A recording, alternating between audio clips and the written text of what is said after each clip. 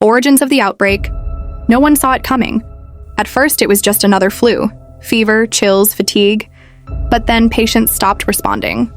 Hospitals overflowed. In a small town, a man was found wandering the highway. His skin gray, his eyes unfocused.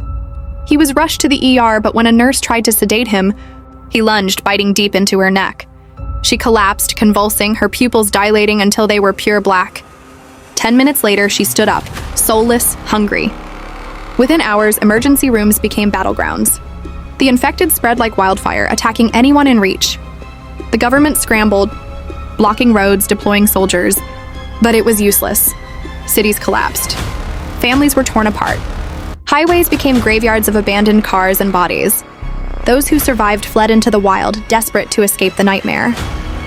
Rumors spread. Was it a lab experiment? A bioweapon? Nature's revenge? No one knew. But one thing was certain: the world belonged to the dead now, and the living were running out of time. Episode 2, Survivor Stories the First Night. Lena, a college student, locked herself in her dorm as screams echoed outside. Others, confused, desperate, hesitated. Those who understood what was happening ran. Jason, a police officer, watched his partner turn before his eyes. Cities burned, sirens wailed. They didn't live to regret it.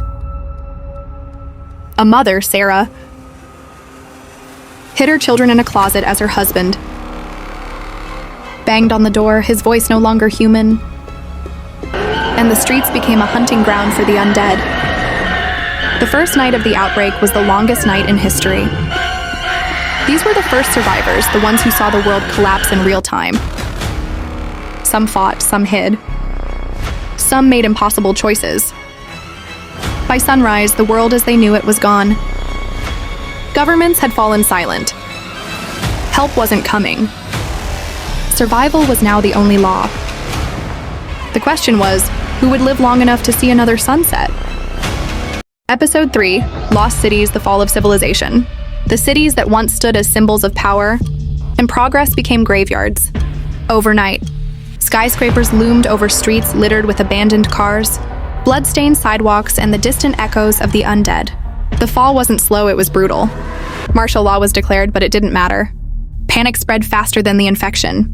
Airports became war zones. Supermarkets turned into battlegrounds. Soldiers shot civilians thinking they were infected.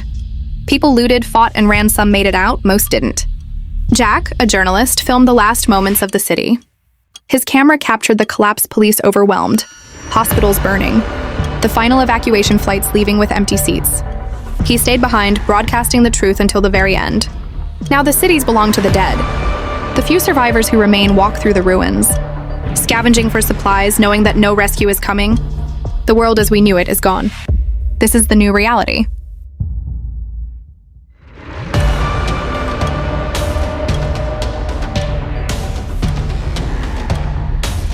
Episode 4, Evil Experiments, The Truth Behind the Outbreak. The world believed the outbreak was a natural disaster, an accident. No one could have prevented. But that was a lie. In a hidden underground facility, scientists had been playing God, experimenting with viruses that should have never existed. The infection wasn't a mistake. It was a weapon. Dr. Caldwell, a leading virologist, knew the truth. He watched in horror as test subjects changed their bodies twisted, their minds lost, their hunger unstoppable. The lab went silent when the first containment breach occurred. Security alarms blared. Scientists screamed. No one made it out alive. By the time the world realized what had happened, it was too late. The virus had already spread beyond control. Now, the only evidence of what started it all is buried under abandoned labs, encrypted files, and the last few survivors who know the truth. But knowing the truth doesn't matter anymore, because the dead don't care about secrets. Episode 5, The Last Safe Zone, Nowhere Left to Run. For weeks, survivors whispered about a place untouched by the outbreak, a safe zone. Protected by high walls and armed soldiers, a place where food, medicine, and shelter still existed. It was humanity's last hope. But hope is a dangerous thing in a world where the dead walk. Hundreds made the journey, desperate for safety. At first, it was real. The gates held strong, patrols kept the undead away. and for the first time in months, people felt safe. But safety is an illusion. The infection always finds a way in. One mistake was all it took. A single infected survivor unnoticed at the checkpoint. By the time symptoms appeared, it was already too late. Panic spread faster than the virus. The gates were overrun, soldiers turned their weapons on civilians, and chaos consumed what was left of order. Now the safe zone is burning. The last sanctuary has fallen. Survivors scatter into the wild, where the undead lurk in the shadows. There is nowhere left to run. There is nowhere left to hide. The world belongs to the dead now. Episode 6. The Hunters Prey in a Dead World. In a world overrun by the dead, the biggest threat isn't always the undead, it's the living.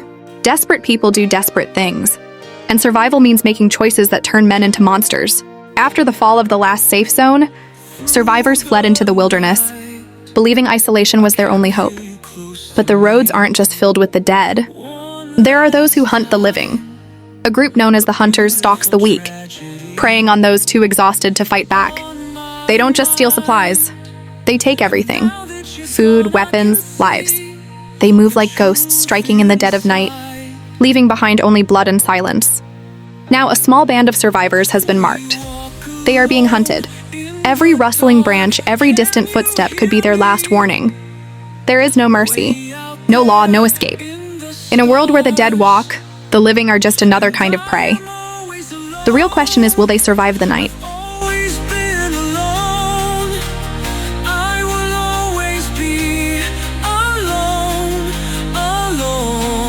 Episode 7. The plague spreads. No one is safe. The world was already lost. But now things are getting worse. The virus is changing, faster, deadlier, unstoppable. Infected bodies rot slower. The dead move quicker. Some of them are starting to think. Survivors once believed they understood the enemy. Shoot them in the head. Burn the bodies. Stay quiet, stay hidden. But those rules don't work anymore. The infection isn't just spreading, it's evolving. In the ruins of an old city, a desperate group searches for answers. Scientists left behind notes, hidden deep inside a research facility. If there's any hope of stopping the virus, it's buried in the past. But the deeper they go, the more they realize this was never just a disease. It was designed to win. Now the dead aren't just hunting.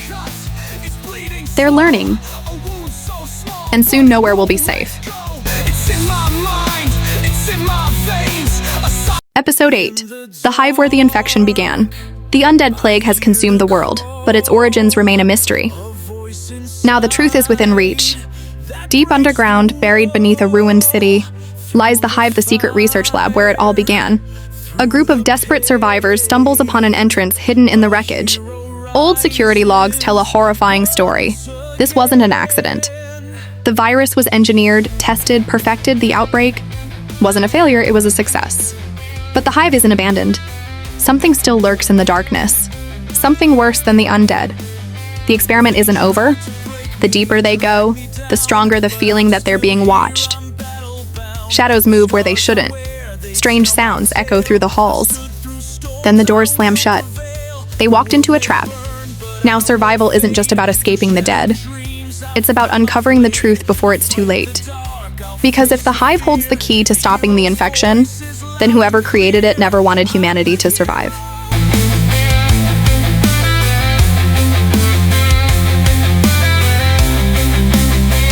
Episode 9.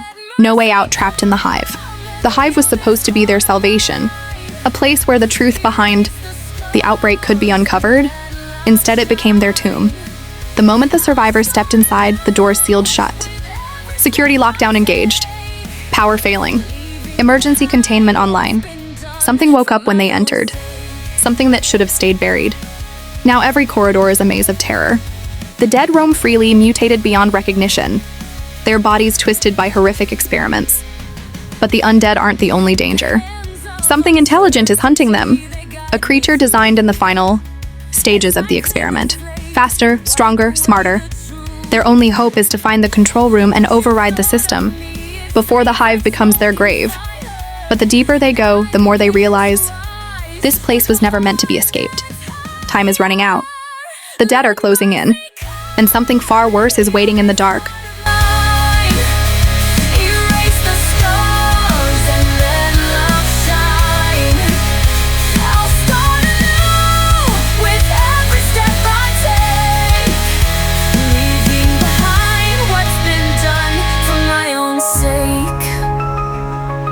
Episode 10, The Last Experiment, The Ultimate Horror.